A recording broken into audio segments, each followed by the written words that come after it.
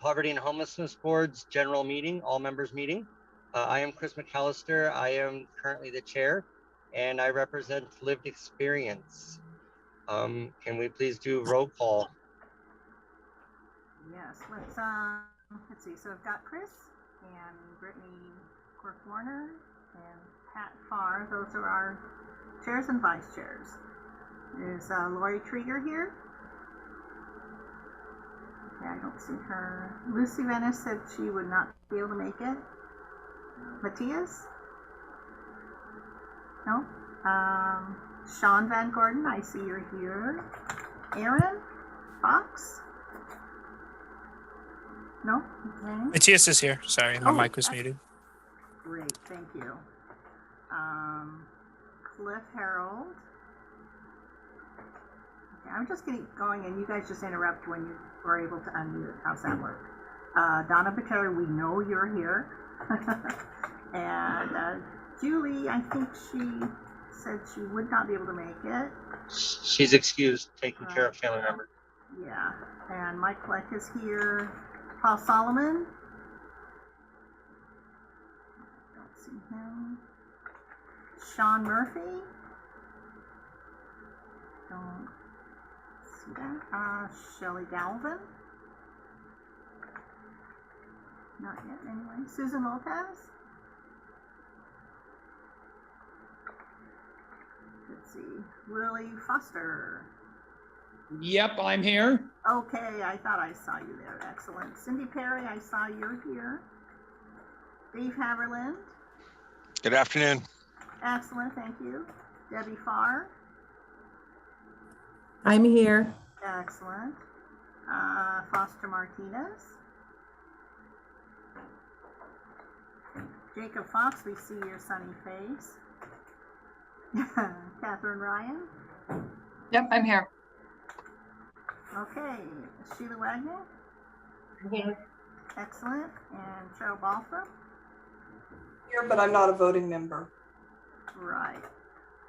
So it looks like we've got, if you counted them as well as I did, looks like we've got a good contingency and probably a quorum.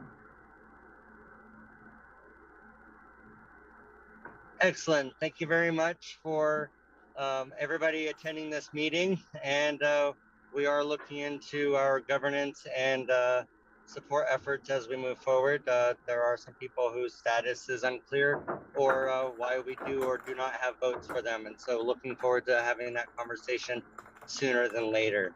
But with that moment in mind, I would like to start off this meeting with a moment of silence in regards to the fallen unhoused members who died in a fire in Springfield about a week and a half ago. Delana Chambers and Nathan McNeil are members of our Springfield and Greater Lane County unhoused population who died when they didn't need to. It was too cold and they were in a building and a fire took them from us. So I'd like to have a moment of silence.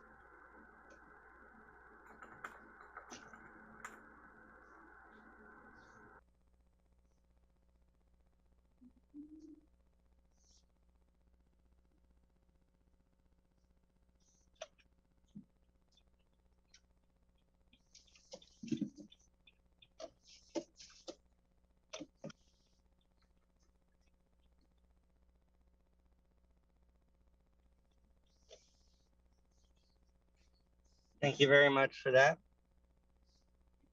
With that in mind, I would also like to give an acknowledgement. 1 second. As we begin this important work on poverty and homelessness issues, I would like to acknowledge that we do so on the lands of peoples who have been displaced, both physically as well as on record with their identities from their traditional lands, such as the Kalapuya, the Confederated People of the Siletz, the Confederated Tribes of the Grand Ronde, and those whose tribal names have been lost. The displacement was wrong and self-serving for a young nation, and we strive to make amends and support the expansion of our tribal brothers and sisters beyond the reservations and alongside us as we move forward. that in mind, thank you very much for attending this Poverty and Homelessness Board meeting. I am shifting to our agenda. Can we get a motion to approve the consent calendar?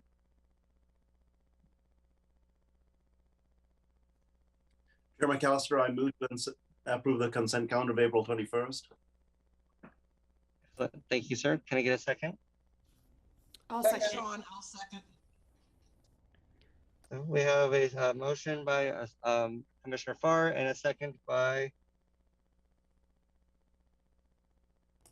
I think Sean beat us there. by Sean.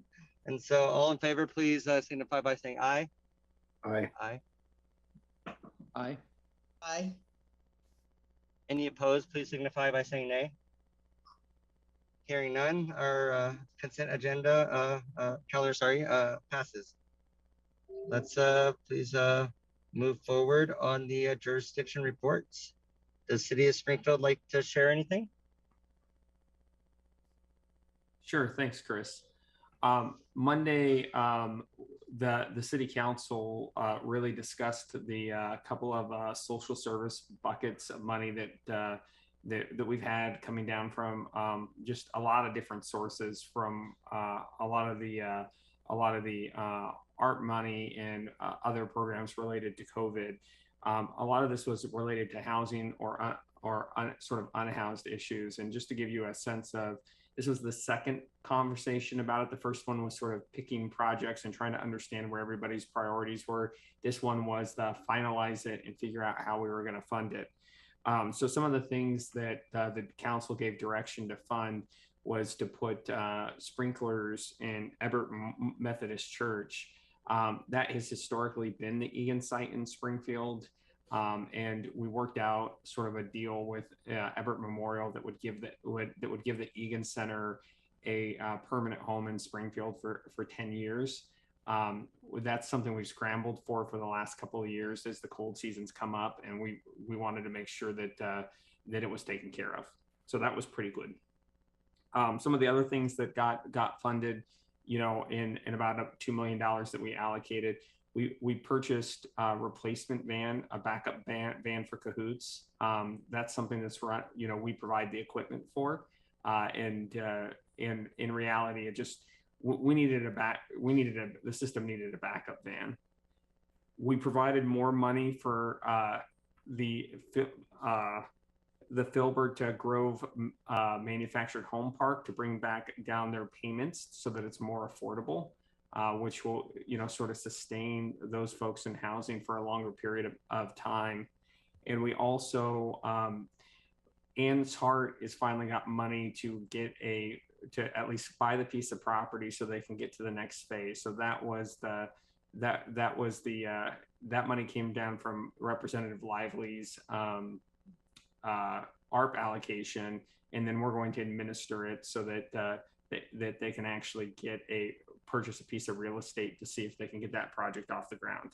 And lastly, we still have a $3 million that we're going to discuss probably in the fall, mainly related to manufactured home parks, and to see if we can't slice off a piece of land that we own that was originally supposed to be wetlands mitigation, but there's a part of it that we don't need for wetlands that we could develop a manufactured home park on. So that conversation's coming up probably in the fall time to give the staff a little bit of time to do some due diligence on it. So we had a lot happen on Monday night. Busy day. Thank you, Mayor Van Gordon. City of Eugene, are there any jurisdiction updates you would like to give real quick? Sure, Chris, thanks. Good afternoon, everyone. Peter Chavan, City Manager's Office for the City of Eugene. So I think I'll share some updates from the Land of Safe Sleep sites. I think Mayor Vinnis at the last meeting announced the opening of our 410 location.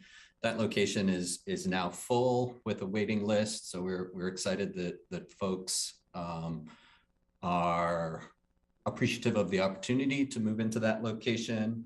We've also increased our operational financing for the Everyone Village Safe Sleep site, which would enable them to expand up to 100 individuals next fiscal year.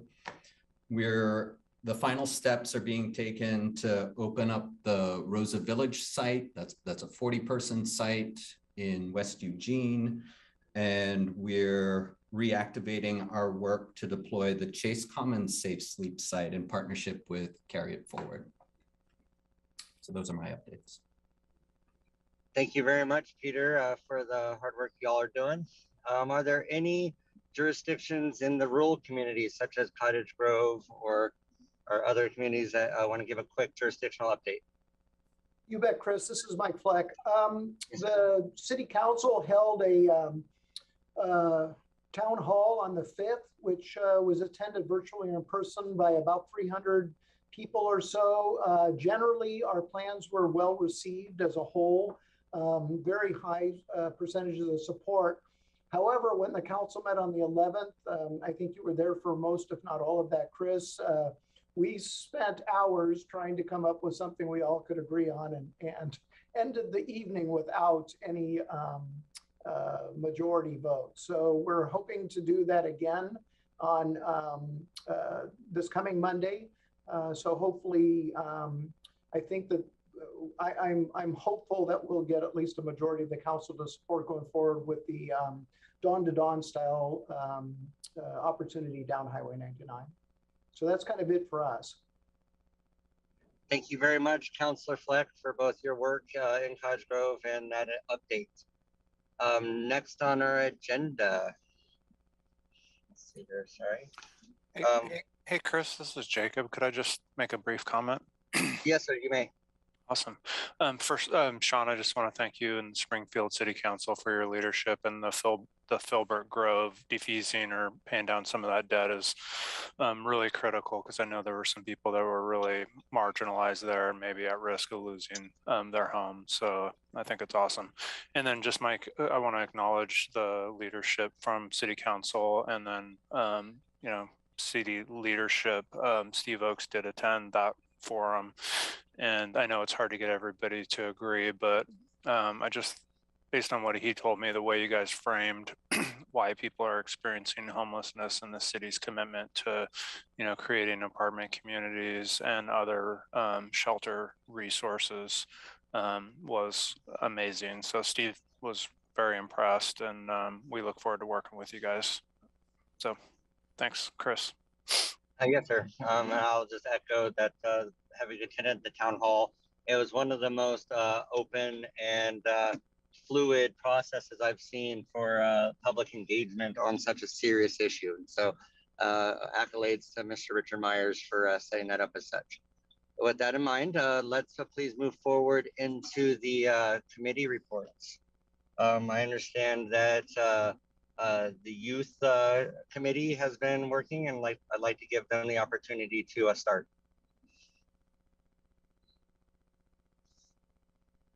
Matthias, are you available? My mic was muted again, sorry. Yeah, I'll be giving the update for Susan today because she's out. So we've been working on some stuff. The coordinated community plan has been submitted to HUD and was approved. So by having it approved, we can now access the youth homelessness demonstrations project funding. We are awarded and begin funding projects that will help us achieve the housing goals outlined by the CCP.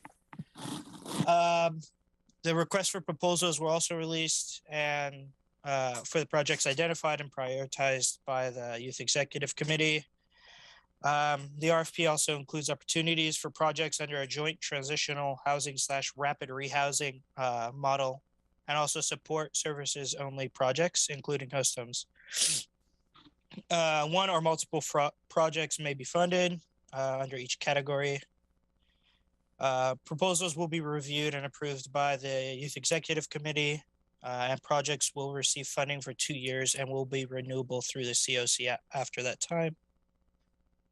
Now that the CCP is approved and projects are being selected, the Youth Homeless Solutions Work Group will be focusing on the action steps and goals outlined in the CCP, determining how to prioritize and move things forward. We will be reviewing the short-term action steps and determining what is achievable in the next year. Also, I want to introduce Kirsten London. as our new staff member for the YHDP. So there you go, Kirsten. Awesome. Well, congratulations, Kirsten, for coming back to these projects. I know that you did a lot of work in our community with this, and I also want to thank Matthias and Susan Lopez for their leadership on this. We as a body will be starting to receive the Youth Executive Report updates as we follow their collaborations within our COC, our Continuum of Care for those who are first joining us. With that in mind, is there any quick questions for Matthias before we move on to the other reports? And I cannot see Q, so if someone's raising their hand, please, Vice Chairs, direct that to my attention. Hearing, seeing none, can we please have Dave Heverland with the Employment Committee? Thank you, Mr. Chair. Dave Haverland, United States Department of Veterans Affairs, Employment Chair. During our employment work group April meeting, we reviewed our 2021 goals of supporting pathways to employment for individuals experiencing homelessness.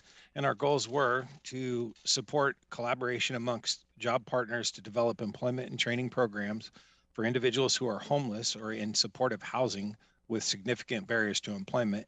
And two, to implement employment training programs, identifying resources for targeted employment programs for people who are unstably housed. To highlight some of the recent progress, Heather Seilicki and Deanna Strahan Wilson were invited by Brittany Crick Warner to participate on the Eugene Area Chamber of Commerce's Business Leadership Task Force subgroup. Heather and Deanna each facilitated a focus group with shelter providers and employers, respectively, to gather more information about the needs, barriers, and solutions to creating pathways to employment for those who were unhoused but sheltered. The information was reviewed last week with the workforce subgroup to help inform decisions around supporting and funding potential employment opportunities. Heather and Deanna are bringing this information to the PHB employment group to help inform our goals, to help form our goals and how we can partner with and support the task force. For the remainder of the year 2021 and 22, we will continue these overarching goals with following specific measurable outcomes. 1, 2 workforce group members will participate on the Eugene Area Chamber of Commerce Business Leadership Task Force subgroup, working with employers, employment providers, and shelter providers to increase pathways to employment for those who are unhoused but sheltered. 2, help facilitate at least 2 events, i.e. employment resource fairs, to connect employers, employment services, and those who are unhoused. These fairs would go to those who are unhoused rather than have them come to us. Identifying 2 industry sectors that will work with employment services and shelter providers and commit to employing those who are unhoused. Number 3, we'd hold 4 to 6 focus groups with stakeholders to help guide the work we do: employers, employment providers, shelter providers, and unhoused.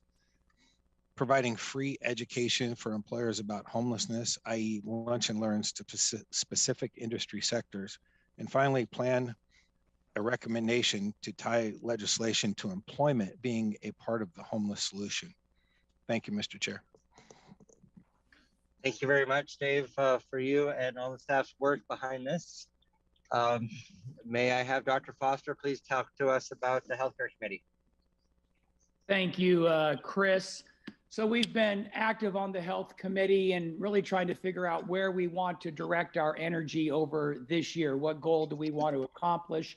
We had several listening sessions, and then at our meeting last Friday, we agreed that medical respite is what we really want to see pushed over the finish line this year. And when I speak about medical respite, I'm talking about a higher level of medical care than exists in some of the medical respite we have right now at the pallet shelter that St. Vinny's runs through Peace Health and at Shelter Care. This is a level of medical respite that is more hands-on and actually can take people that are a bit sicker that don't qualify for these other 2 places. To that end, it looks like we have a site identified at Chase Commons in some work that Chris has done with the city. And right now we are bringing 2 groups that have been working kind of in parallel on this, certainly carry it forward with the city. And then there's another group that is more centered around Peace Health and the two CCOs, Pacific Source and Trillium. And we're going to be combining those two groups to see how we can push this across the finish line. We'd like to think by this summer that we would have this higher level of medical respite up and running that will really provide, you know, much needed care for some of our most vulnerable people in the community. Of course, the biggest problem that we face going forward is going to be figuring out the funding for this, because the staffing is quite a bit higher than you're going to see at a safe sleep spot or the current medical respite, just due to the needs of this people. But we're excited, and we really think that there's enough momentum that by this summer, we're going to see this happen. Thank you, Dr. Foster, for you and your team's work as well on this. Is Dan Bryant available for Shelter Committee? Yeah, I am, Chris. I'm actually at the safe sleep site that Peter mentioned earlier, and I need to jump off this call. I'm waiting for a delivery of 5 more pallet shelters, and the truck driver is trying to reach me, so I'll be real brief. The committee is going through our strategic planning process. Began that last meeting, going to be devoting a lot of time to it at the next meeting. We're also very interested in the medical respite, and Chris has been leading the conversation on that. And of course, we've been keeping an eye on the navigation center, and I think everyone on this committee probably knows all about that as plans develop for that, and hopefully to be on task to open that up this summer. So Chris, I don't know if you want to add anything to that. No, sir. Just that everybody seems motivated to both map out why are people in shelters and why aren't people in shelters, and working with the system to make sure that as we move forward, that we have options for everybody, both Housing First as well as Housing First Plus, as well as other models that are demonstrated as working in our communities, such as what Ms. Bothrop's doing at the Mission. So that said, thank you very much, Dan, and may the pallet structures be delivered safely. Yeah. Let's see here. Is there a quick question for Dan? Yes, sir. Hey, yes, hey Dan, can you identify then where the thank you, Jared, where the pallet shelters are coming from? We got 3 from Veneta and 3 from Oak Ridge that they weren't being used, though in Veneta, it's really cool. It's at the Foursquare Church there in Veneta, and they are actually swapping those small units out for family-sized units, and they are planning to open up a program for women using the family-sized units. So placing a couple of women in each of those units. So that should be opening up fairly soon. And then we're getting 5 more that are being brand new ones being delivered by the company. Excellent. Perfect. Thank you, Dan. That's good news on Veneta. Thank you. Thank you very much, Mr. Bryant. Is Julie Lambert from League available? If she's not here, I can quickly give a League update. Okay, not hearing that she's present. League has also been looking through its goals and what does it want to move forward? What does it really want to work on from here? And I believe that we're still working through that process. Members of League, myself, Saba Marcroft, and Julie Lambert went with staffer Danielle Batista to the Housing First Pathways Conference in Seattle, where we presented in a workshop on how to utilize lived experience in your process, and what is it like to have an all lived experience board. And so it was very well received, and counties around the Portland and Seattle areas are wanting to learn more and see what our charter is like and see how our work plans go through.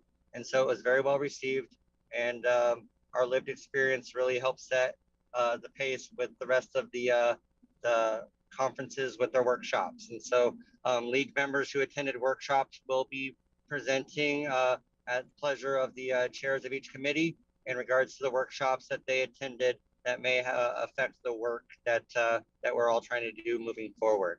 If Amanda Borda is present, she might have anything else extra to add, but that was my ad hoc committee report. Thanks, Chris. I just want to say congratulations on presenting at that conference for those league members. That was a big moment. They had planned to present at that conference just prior to COVID hitting a couple years ago. So it was a long-awaited opportunity. And Chris was also asked to speak at the opening plenary, which I don't think he mentioned. And I heard a lot of great things all the way down here in Eugene while that was going on. And people had great things to say, Chris, about you and your presentation and League's presentation. So I'm really excited that you all had that opportunity. I'm sorry I had to miss it, but yeah, I'm really proud of y'all and the work that League is doing.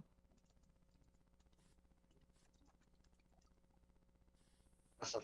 Thank you very much for continuing to step up and speak their truth while also dealing with the life that we have to live. So with that in mind, are there any other committee leads present that would like to give a report before we quickly move over to Ms. Kate Budd's presentation? Hey, Chris, it's James. I'm not a committee lead, but I'm going to report out on the Coordinated Entry Stakeholder Committee. So we have been able to convene twice and have come to an agreement on a work plan for moving forward.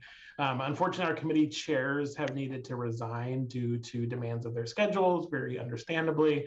So at our next committee meeting next week, the members will be voting on a new chair for moving forward and continuing the work, the improvement work that was started already. So that's what I got for you. Thank you, James. And if any committee members, board members want to learn more about what we're doing to move folks forward, please reach out to James and see if maybe the Coordinated Entry Committee is a place that you can apply your skills and experience. Are there any other committee reports? Yes, sir. I'm sorry, I'm not a committee report. This would be the best place for this question for me to ask, and this is Pat Farr. And this may be for Peter, and I'm not sure. It may also be for Matthias. At Bethesda Lutheran Church, there is a site that is hosting youth with pallet shelters. And maybe Donna, maybe you can, Donna Butero could answer this too. Can anybody give an update on what is happening there? I believe it's 6 pallet shelters, and it's hosted by Bethesda Lutheran Church for youth. I don't have any information on that, Pat. Okay. To my knowledge, it's under the leadership of the Hosea Youth Group. Matthias, do you know more about it? And I haven't had an update. I think the youth staying there between 18 and 24. So I haven't had as much interface with them as I would if they were school aged.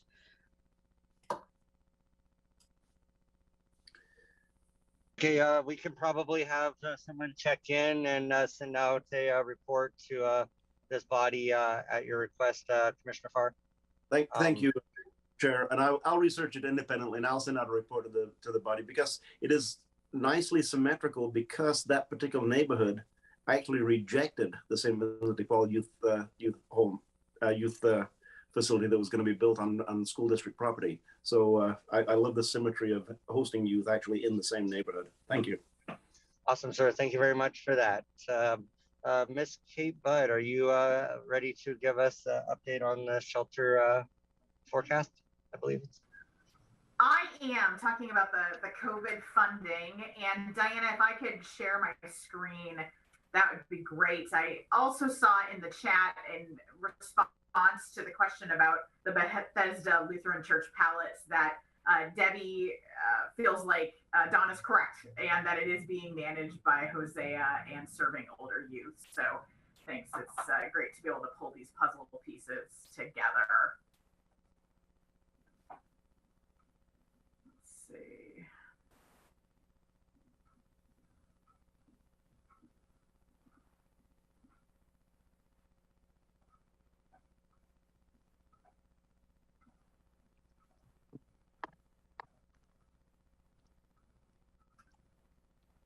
All right, so I believe that I'm sharing my screen, and you're looking at a document that says COVID-related Lane County Housing and Human Services Program funding. Is that what you're seeing? Yeah, we see it. Wonderful, thanks, Brittany. All right, so what's interesting here in Lane County and in many communities across the nation is that there's been two waves or phases of COVID funding that has come from the federal government. The first wave of federal funding is one that landed a little less than a year into the COVID crisis here in Lane County. And those were one-time dollars. And at this point, we are seeing that first phase of funding is looking to end due to the restrictions on timelines that the federal government provided. And then we have a second phase of funding that arrived at communities through the American Rescue Plan Act that is just now landing here in Lane County and starting to be put into use, at least here in Health and Human Services. And so I'm going to talk about both of those different phases and share a bit more about what staff are working on to make changes among the different programs that are existing right now in response to the COVID crisis. One thing I also want to mention about all these different COVID funding sources is that they don't provide nearly as much admin as I think the county would like to see, or the different nonprofits in our community would as well. And so that's another large challenge that continues to arise as we look to put these dollars to use, is that it doesn't provide the admin funding to really help agencies be able to provide the infrastructure needed to support the different programs. And that's one of the many reasons that we're seeing some capacity challenges within our nonprofits and even within the county Health and Human Services. So the first funding source that is going to be ending from this initial wave are the Emergency Solution Grant COVID dollars. Those contracts are ending either in June of 2022 or possibly in September of 2022 if agencies haven't fully spent out their dollars. The types of programs that are encompassed in those emergency solution grants include homelessness navigation services at our safe sleep sites that are supported, of course, by the city of Eugene, as well as COVID-related emergency shelters or alternative shelters that were created by the county as a result of the COVID crisis. The next funding source that we have seen end already is through FEMA. And those dollars were very much tied to the COVID crisis and did end, especially at that point when masks were no longer required across the country. And so those dollars were instrumental in lifting up the motel shelters that serve people who are at high risk of COVID.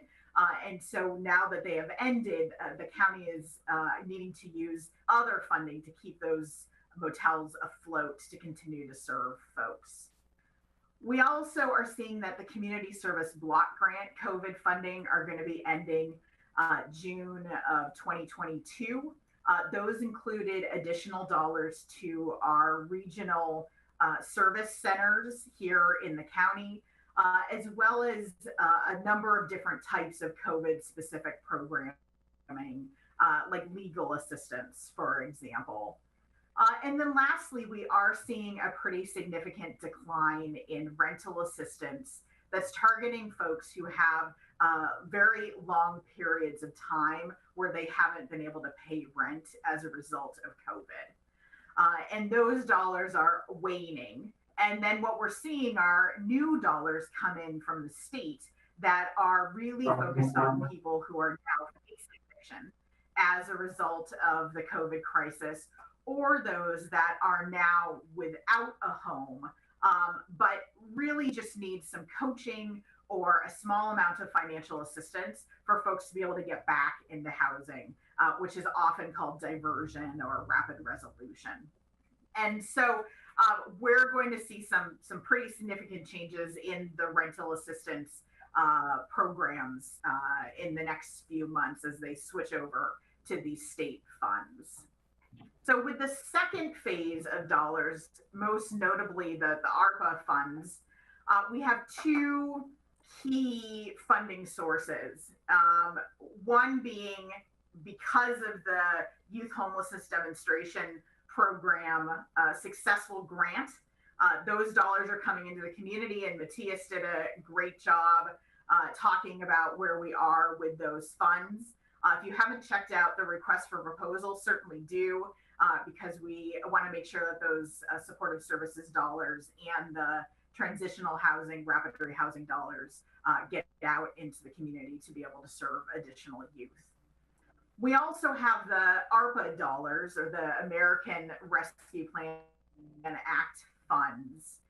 And the Lane County Commissioners have authorized those ARPA funds to be used in a number of different ways that were specifically connected to different types of programs. So for example, permanent supported housing funds were allocated to support MLK Commons, as well as the NEL, which is the new permanent supported housing complex that will be opening up later on this year. Also supported emergency shelter and the navigation center. So that includes funding support for the Schenkel shelter on Brookland Street, for the ability to continue some of the motel sheltering that's being done for people who are at high risk of COVID.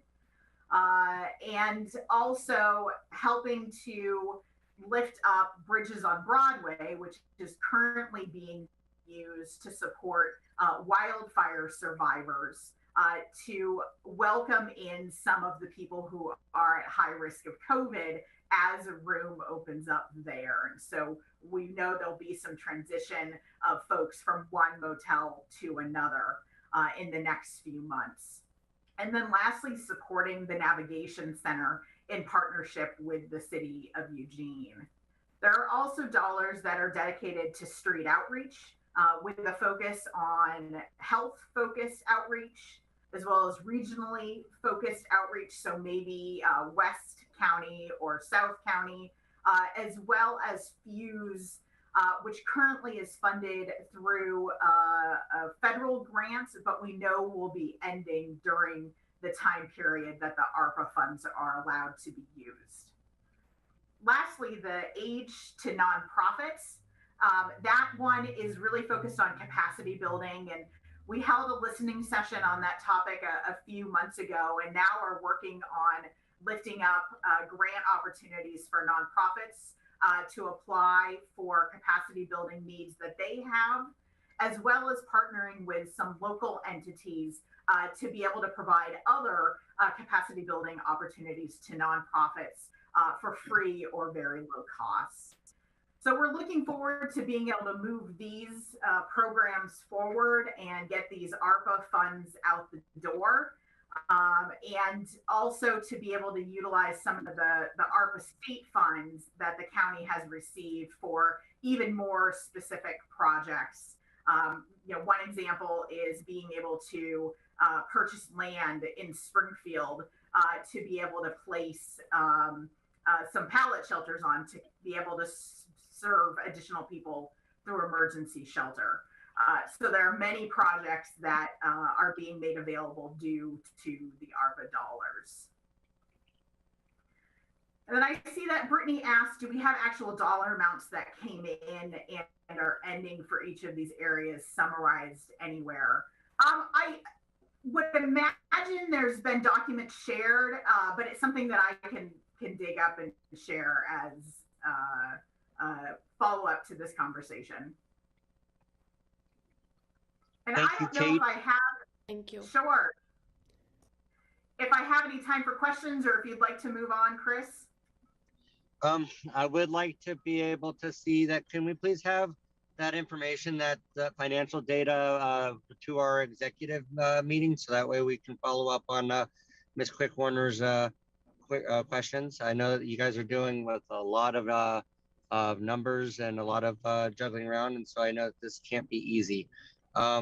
Is there anybody that has some really pertinent or pressing questions, or do we want to move forward for Amanda's presentation? I'm looking to see, are there any Can hands up? Hey, Chris, do you mind? Can I just add some, I guess, some justification for my question? Kate, I just think that there's a lot of people in the public who are sort of know that there's a lot of money that came in because of COVID stuff, but I don't think they understand like how much money came in, where it went, and the fact that that money is not recurring. And so I feel like just to help sort of the public understand that like there is still a need for funding for these things because that was only one time. And I think just having actual numbers help people understand that a little bit better. So that's the justification for my asking, if that helps gather anything. Absolutely, that's helpful. Thank you. And Chris, I guess Yes, I've got one comment. There's so many dollars that touch these three subjects. They're coming into all the jurisdictions. And I think I've sort of said this a couple of times, right? Like, I don't know that when we have presentations like this, that we get the whole picture about how all the different entities are sort of working together in all the different programs that are sort of, touching the level of services that we're seeing from in this type of world, right? So I keep thinking to myself, that's like, well, how do we pull back and talk about this regionally and understand how people are actually rowing the same way, right? Because there's a lot, this is just sort of the COVID relief money. There's additional money that the states that we reference, there's additional money that is floating around that the Home Consortium has, there's additional CDBG money. And like nowhere do we really have that sort of one pager that says all these dollars and resources that we're going into this are going, this is how they're sort of pointed towards us collectively hitting what our goals are. And I think I keep kind of getting held up on this point that I don't know that we have a really clear, easy to understand picture for how all the dollars in this world that we're receiving as a region are actually getting programs spent and actually have outcomes attached to them. I think that's a fair statement, Mayor Van Gordon. I also know that even with jurisdictional accountability, we have the county overseeing public health and behavioral health stuff.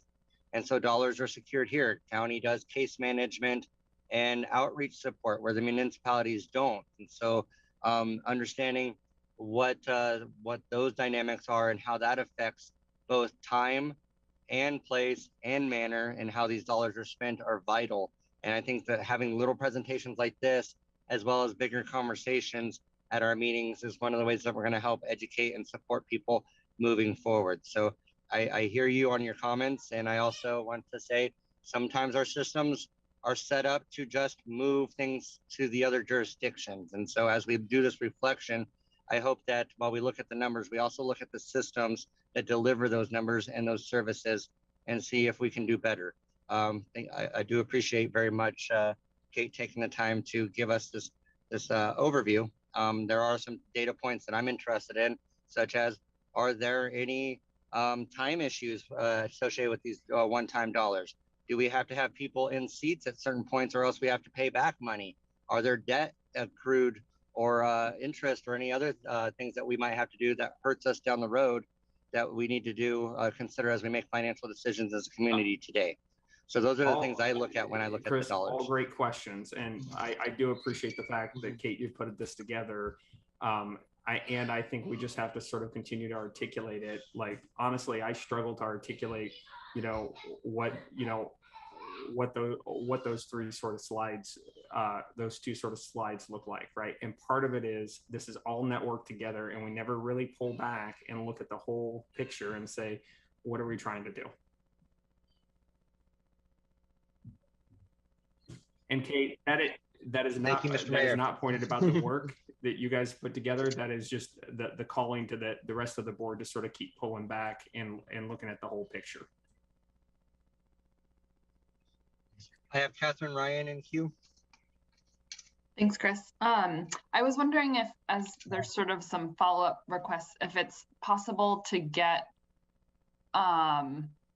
like kind of rough or specific ideas around impacts on shelter spaces, kind of with all of these changes, like with funds going away and new stuff coming in, kind of what we anticipate that's going to look like in the next maybe like 6 to 12 months or something like that.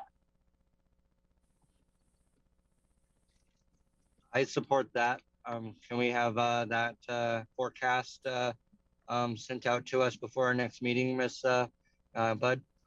We can definitely work on that, especially before the next meeting. Mm-hmm.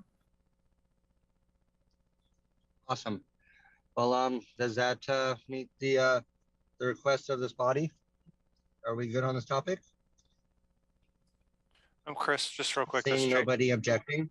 Oh, just yes, real sir. quick. This is Jacob.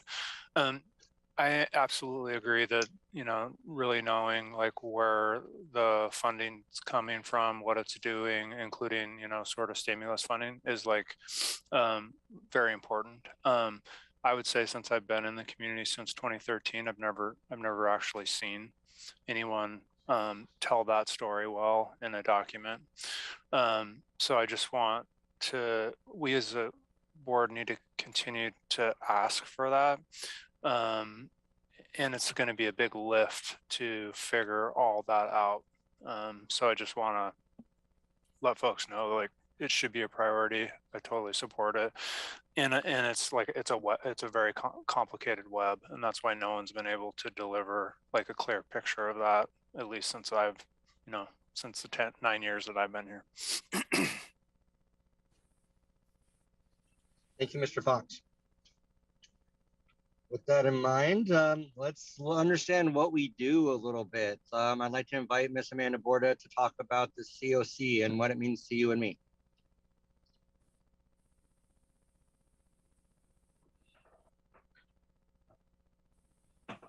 Chris, 1 second while I just get my screen ready here.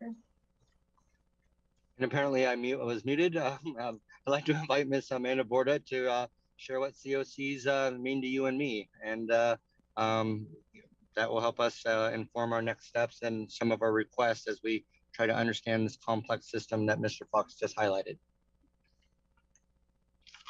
Thanks. So are you seeing my presentation now on your screen? Hopefully the one without notes. Yes, ma'am. Yes. Multiple screens. So far, so good.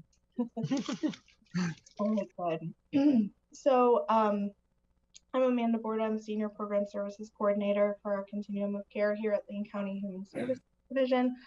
I'll apologize in advance. I'm also one of those people getting over illness this week, but luckily not COVID for me. But bear with me as I have a cough and congestion going on.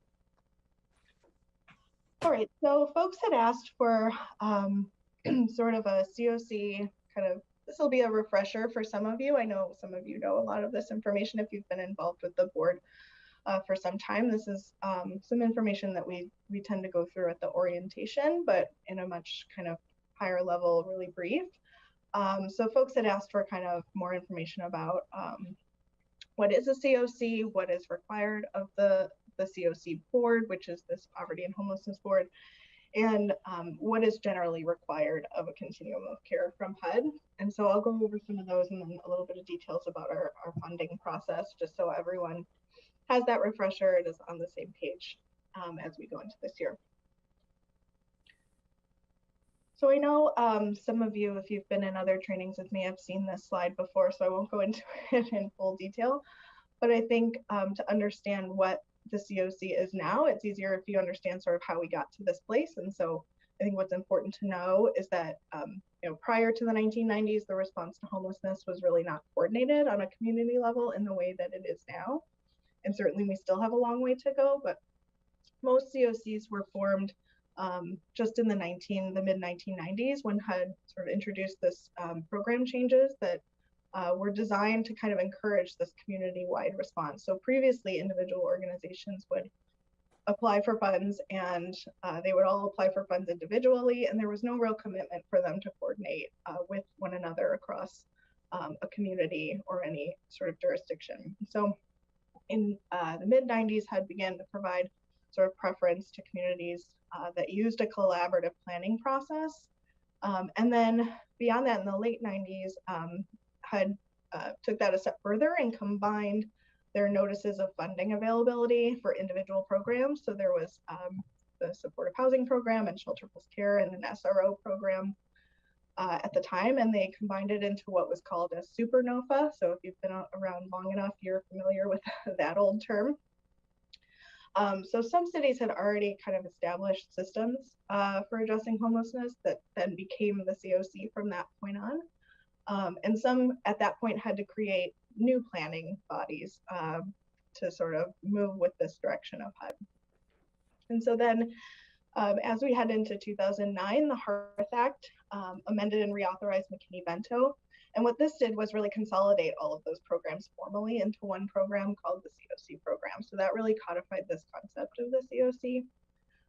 And with that, they proposed a bunch of other changes, including formalizing the definition of homelessness and chronic homelessness.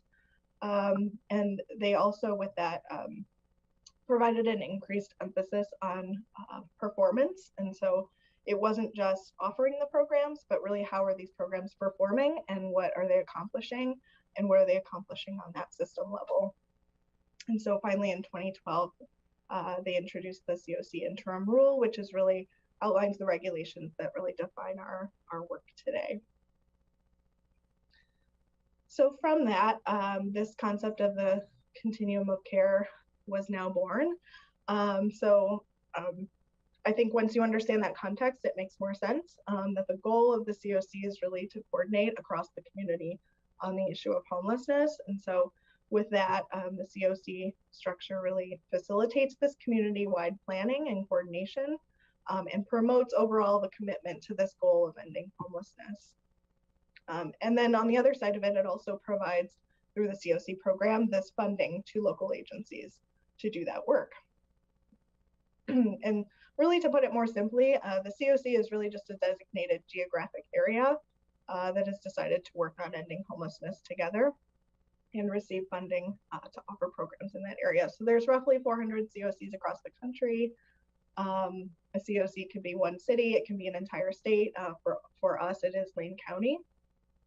And there are about 8 COCs across Oregon and about, again, 400 across the country. So it really depends on how you want to set that up locally and how you want to distinguish geographic areas that are working on this issue. So for us, we work on that not just for Eugene Springfield, but across the entire county. We have decided to work on this issue together. So as I described, the COC is both a system planning body and a funding source. And so while the COC sort of encompasses everyone who is collectively working to end homelessness in that area, the COC is overseen by a planning body or a COC board. And for us, that is you all, the Poverty and Homelessness Board. And the PHB is ultimately responsible for overseeing and guiding that work on ending homelessness. And then there is also what's called the collaborative applicant. So the COC is required to designate a collaborative applicant who's responsible for applying for that funding side of things of the COC. So I'll get into more about the specific responsibilities that are outlined in the COC Interim Rule for the continuum of care. And I'm going to do these on more of a high level. They're obviously in more detail within the actual regulations and what's required. So what we're looking at is 24 CFR section 578, if you want to get the real in the weeds specifics. Amanda? Yeah.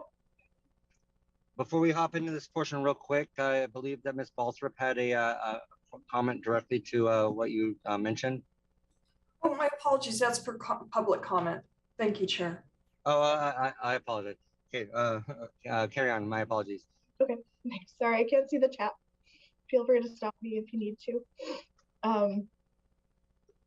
So one section of that really talks about operating the COC. So there are a number of requirements that we have as a board and a continuum that we're required to do to operate that COC. And those include holding meetings of the full membership like this one here. So we have to do that at least semi-annually.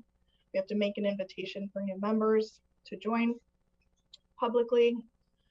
We have to adopt and follow a written process to select the board. And yes, we have to appoint additional committees, subcommittees, and work groups. So those fun groups that we all love are required under the COC. to sort of move the work forward. And then we have to develop, follow, and update at least annually a governance charter, which hopefully you all are familiar with. Aside from that, the continuum of care must also establish performance targets that are appropriate for populations and program types, and they have to monitor subrecipient and recipient performance and evaluate outcomes. So again, tying back to those requirements that are built in around performance, and take action against poor performers. So HUD really puts that on the continuum to make sure that you're evaluating your sort of current inventory of projects. We also have to evaluate outcomes for those funded under both ESG and COC. So you'll see I mentioned several times that the ESG program really through HUD works in coordination with the COC program. So a lot of the requirements really tie those two programs together. And then we also, as you know, are required to establish and operate a coordinated entry system. There are a number of requirements for what meets HUD standards around coordinated entry. So I'm not going to get into that, but to put it simply, we have to establish and operate a coordinated entry system. We also have to establish and consistently follow written standards, which you all might be familiar with. We updated and approved our written standards just last year. Aside from that, the COC must also designate and operate a homeless management information system that is the database where individual client level data is collected for those utilizing programs within our homeless service system.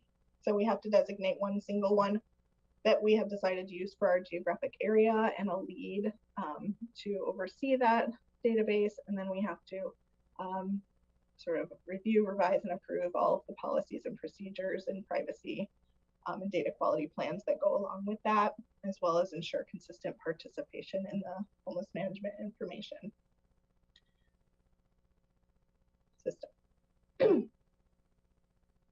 Aside from that, there is a section around COC planning that is required. So the continuum must develop a plan that includes coordinating the implementation of housing and services system within its geographic area that meets the needs of all populations, and at a minimum, sorry, that plan must encompass specifically outreach, engagement, assessment, shelter, housing and supportive services, and prevention strategies. And so it is required that we develop sort of a community plan around how we are functioning as a system. We're also, as you all are probably aware, required to plan and conduct a point in time count and conduct an annual gaps analysis to look at what our needs and services available are within our area. We also coordinate with the local jurisdictions around affordable housing and community development needs as we provide information for the consolidated plans. And again, consulting with ESG program recipients on allocation of that funding source, as well as creating an emergency transfer plan for the COC. And that's specifically how you address emergency transfers for individuals who are experiencing domestic violence, dating violence, sexual assault, or stalking. So the COC board's role in this, and that is you all, based on HUD's perspective, the COC board is a collective of individuals designated to provide oversight and governance on behalf of this work.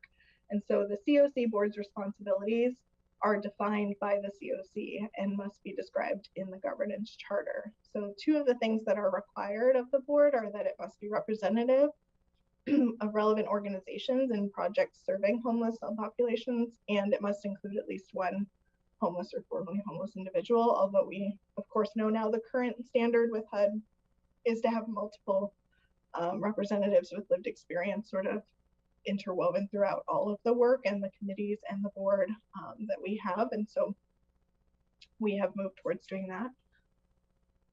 So you'll see, as I mentioned, on the previous slide, so the board's responsibilities from HUD are defined by the COC. And so it's defined within your governance charter. So I've just pulled out from our governance charter what we've outlined under the Php Responsibilities section. And you can see these, for the most part, completely align with all of the items that I've just described as being required of a continuum of care. And so the PHB, this group is really responsible for all of those things that I just described. Year-round continuum of care planning of homeless and homeless prevention services in conjunction with the ESG, establishing performance targets, establishing that coordinated entry system, assuring the coordination and implementation of etc. And you'll see all of those other items I mentioned here, and point in time count and annual gaps analysis. But in addition, developing program and financial priorities for our system and the distribution of funds, and really reviewing the efficiency and effectiveness of funding expenditures for the activities that we're implementing.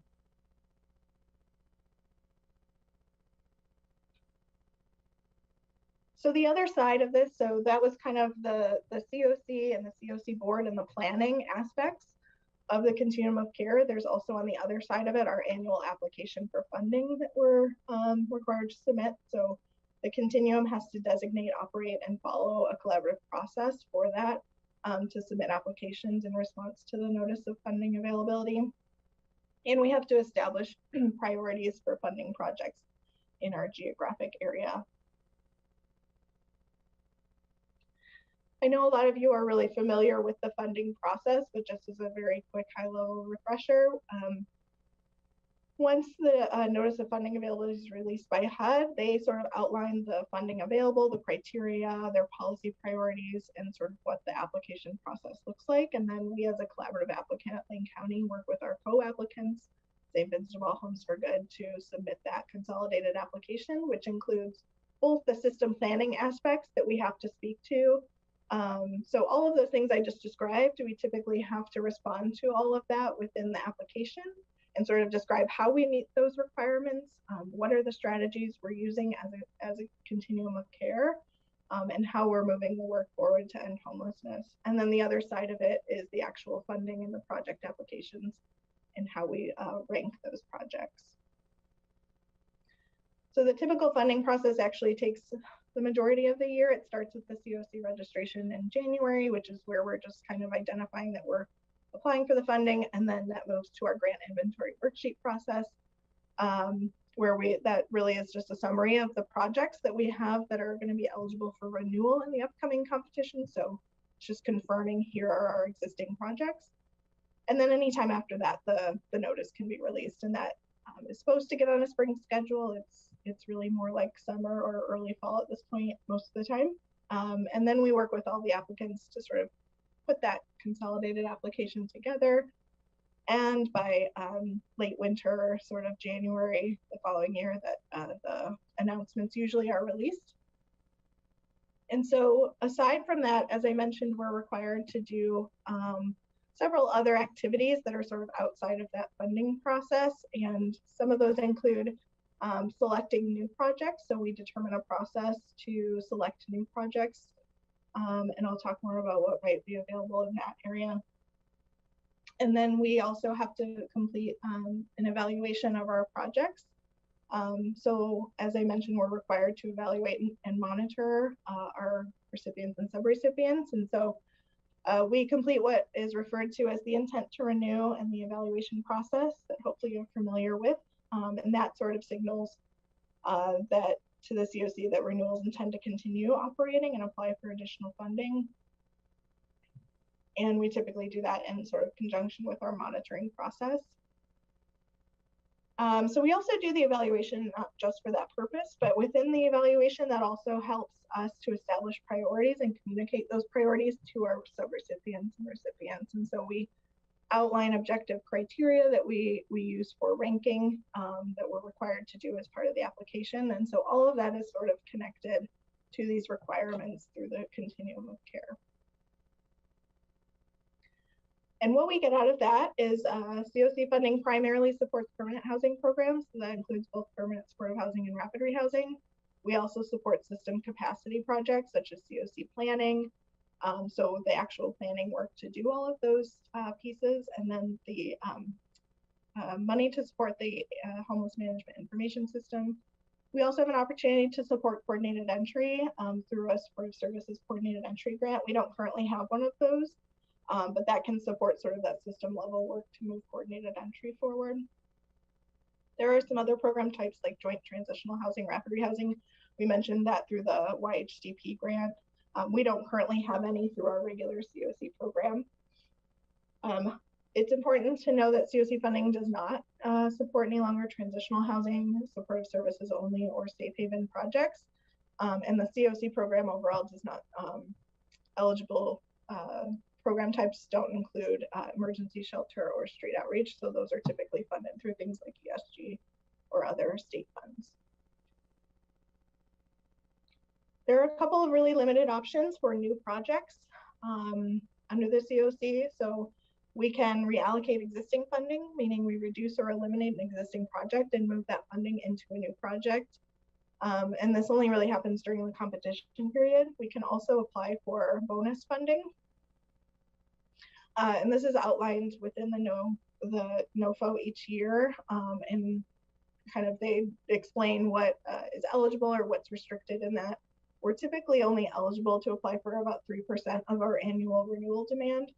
And this equates to only about 200,000. So it's not a huge amount when we're talking about new rapid rehousing or permanent supportive housing. It doesn't typically cover everything a project might need. And so there is usually a need to leverage additional funding as well. There's also the domestic violence bonus opportunity, which is a separate pot of money. And usually that's fairly small as well, and that's specifically to serve survivors of domestic violence. We have typically been able to apply for about 70-ish thousand. Last year we had about 140,000 to apply for because it was 2 separate years of funding combined. So that again is not a huge amount in terms of what we're able to apply for.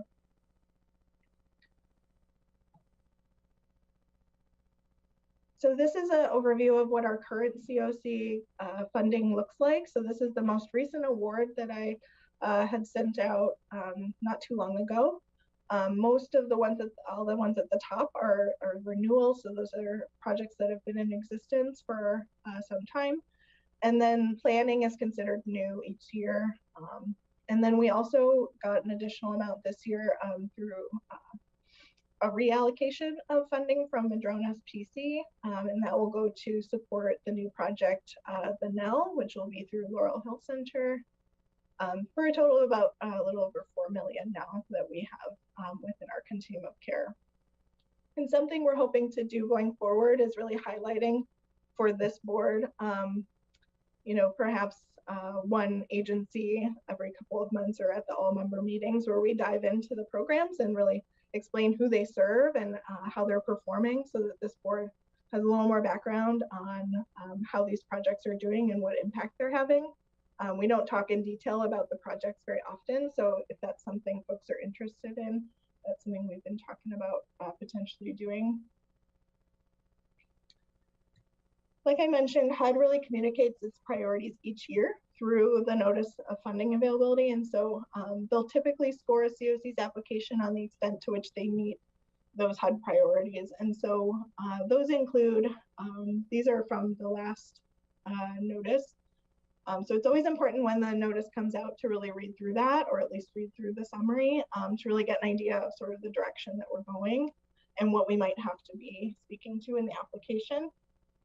One is always ending homelessness for all persons. The goal overall of the continuum of care is to end homelessness. So not just addressing it, but what is our process for actually achieving functional zero. Using a housing first approach has always been, for the last however many years, a HUD policy priority. And so that's a priority for us as well. All of our continuum of care projects are required to follow a housing first approach.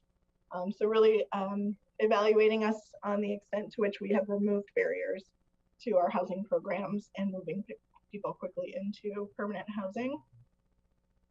Reducing unsheltered homelessness is a more recent priority, but especially as we're seeing really increased amounts of percentage of people who are unsheltered versus sheltered. And so that's been a primary focus, as well as improving system performance has been a consistent priority, as I mentioned, that's really interwoven into the statute and into the regulations, that this program is really intended to fund projects that are working to improve system performance and the impact that they have overall on the number of people experiencing homelessness, as well as some other system performance measures that I'll talk about in a second as I wrap up. Amanda?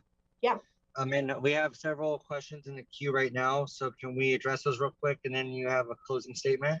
I have just one more slide, so is it cool? Oh, yes, ma'am. Finish up? Yes, ma'am.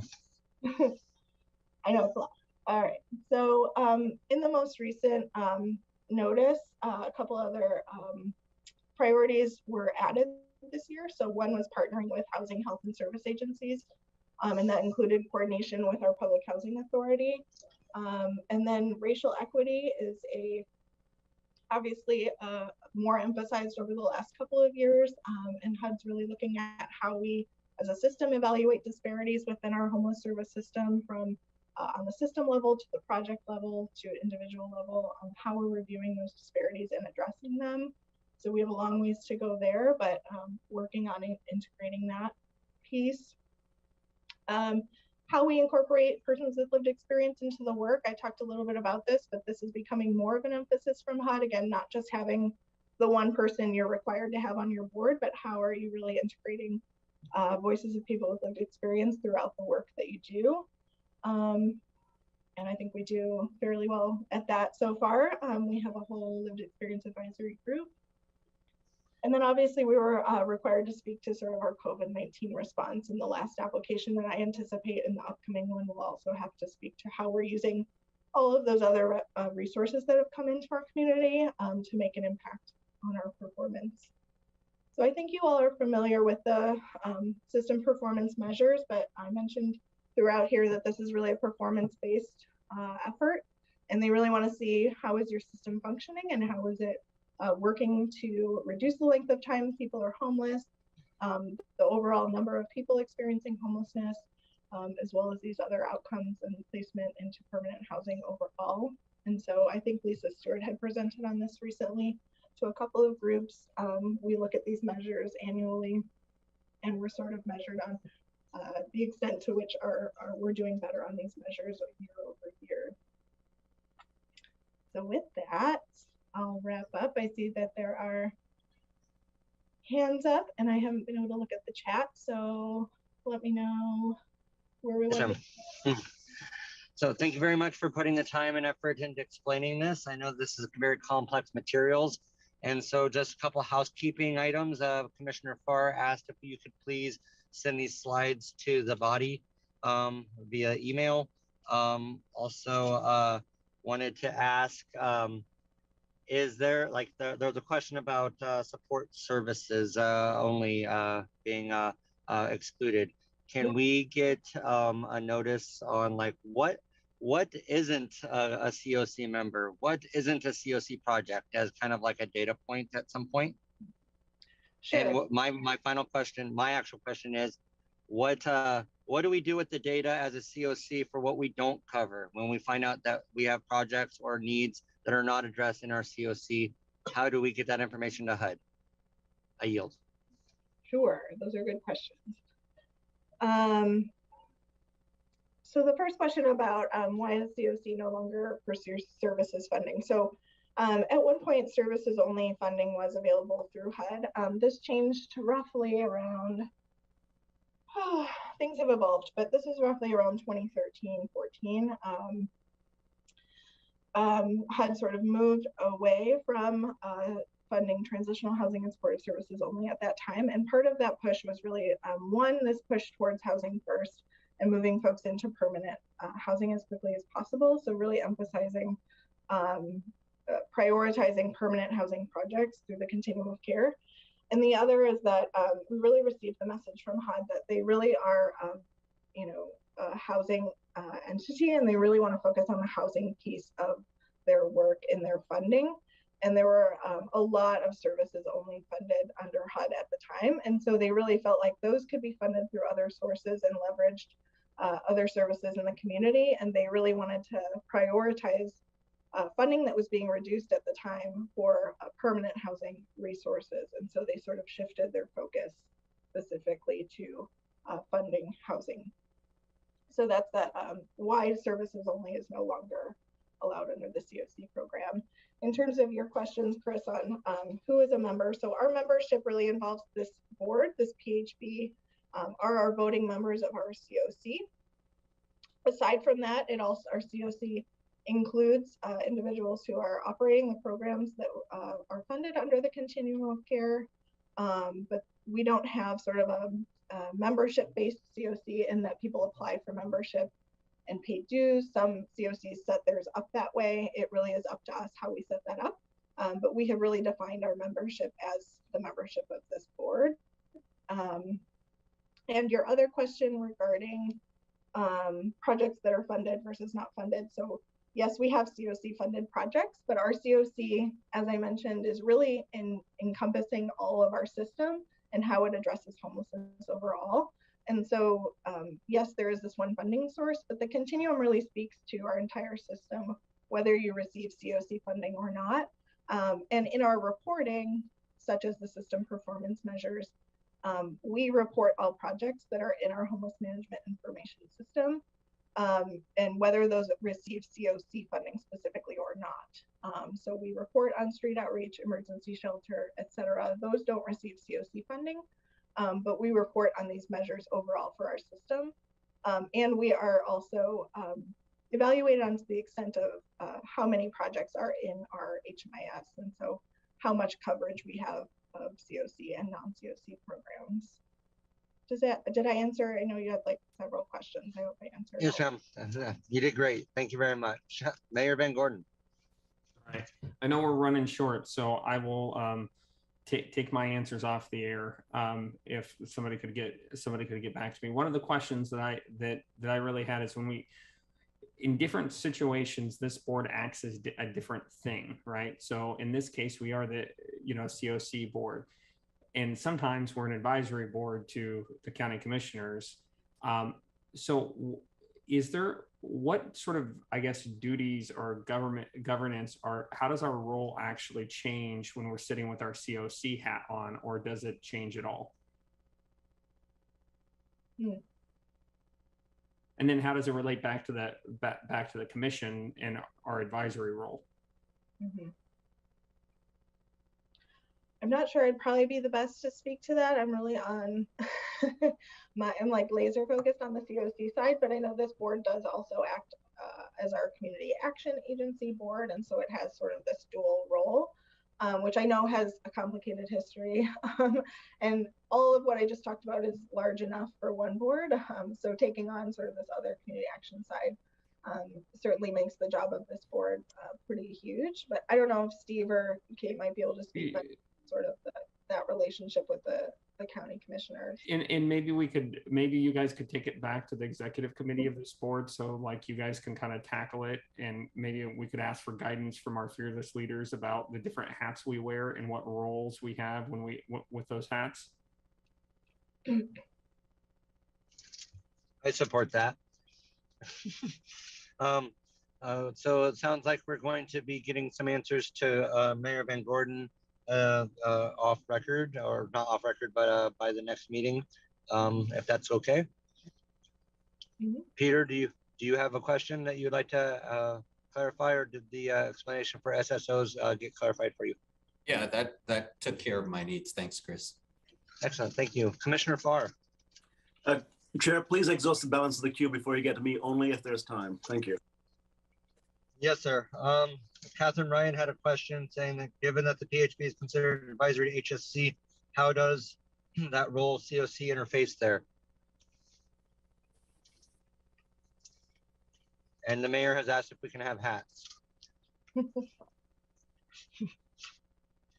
Yeah, so my understanding in terms of the HSC, so the HSC group really oversees the specific sort of local funding that comes in through Lane County, Eugene, and Springfield. And so that body is really responsible for overseeing that specific Human Services Commission funding. I don't know if Steve Manella is still on here and can speak more to sort of the interaction between HSC and PHB. I'm probably not the best person to speak to that. Yeah, given time, I think that these questions are germane to what Mayor Ben Gordon was asking, and we can provide answers and bring it back to the executive committee and then back to this group to give a further explanation. Thank you, Mr. Manella. We'll be happy to see that. We'll put that into our agenda planning for the next executive meeting. We have Commissioner Farr with a short comment. Then we have one public comment. I would. Cheryl and Jacob both had their hands up too. Okay, so we'll do that queue, but I would like to reserve 5 minutes at the end of the meeting for public comment, knowing that there's at least one public comment. So if you want to be in public comment, please add your name to the queue so I can make space for you. Please have the next person who had their hand up begin.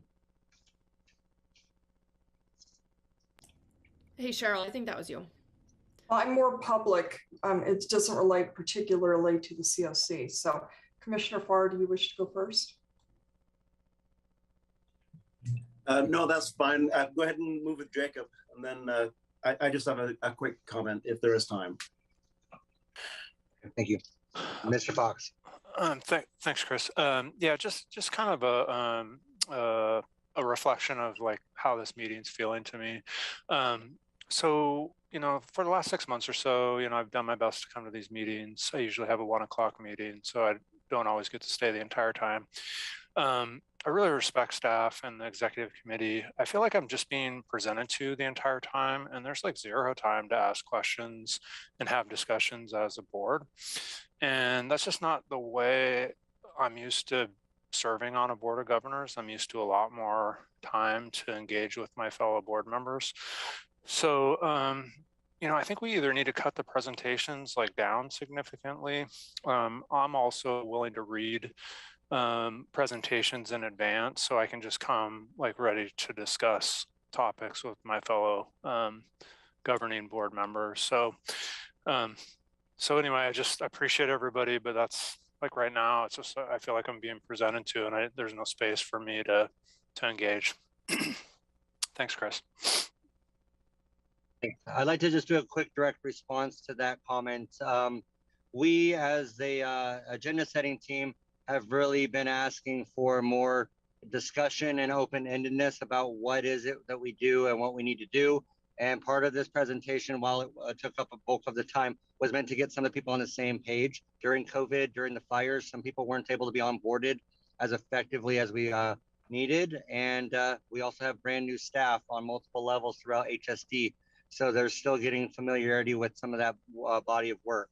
And so as we move forward over the next couple months, I hope that you will see the panel discussions and the carved out time, as well as knowing that as board members, you can also bring stuff before the executive committee to carve out space if you want to know. Part of this COC work has been brought forward because of the questions about what is a community action group, what are we doing with that, and what does that do with the COC, and who can vote and who can't and why. And so we needed to have everybody on the same page first before we can move into those deeper dives. And so that's my explanation for the agenda that we have set, but also know that we have been pushing back and asking for more dialed information and more room to understand about what we are actually allowed to do and what we're being asked to do by the staff for the needs of the project for the continuum. I yield.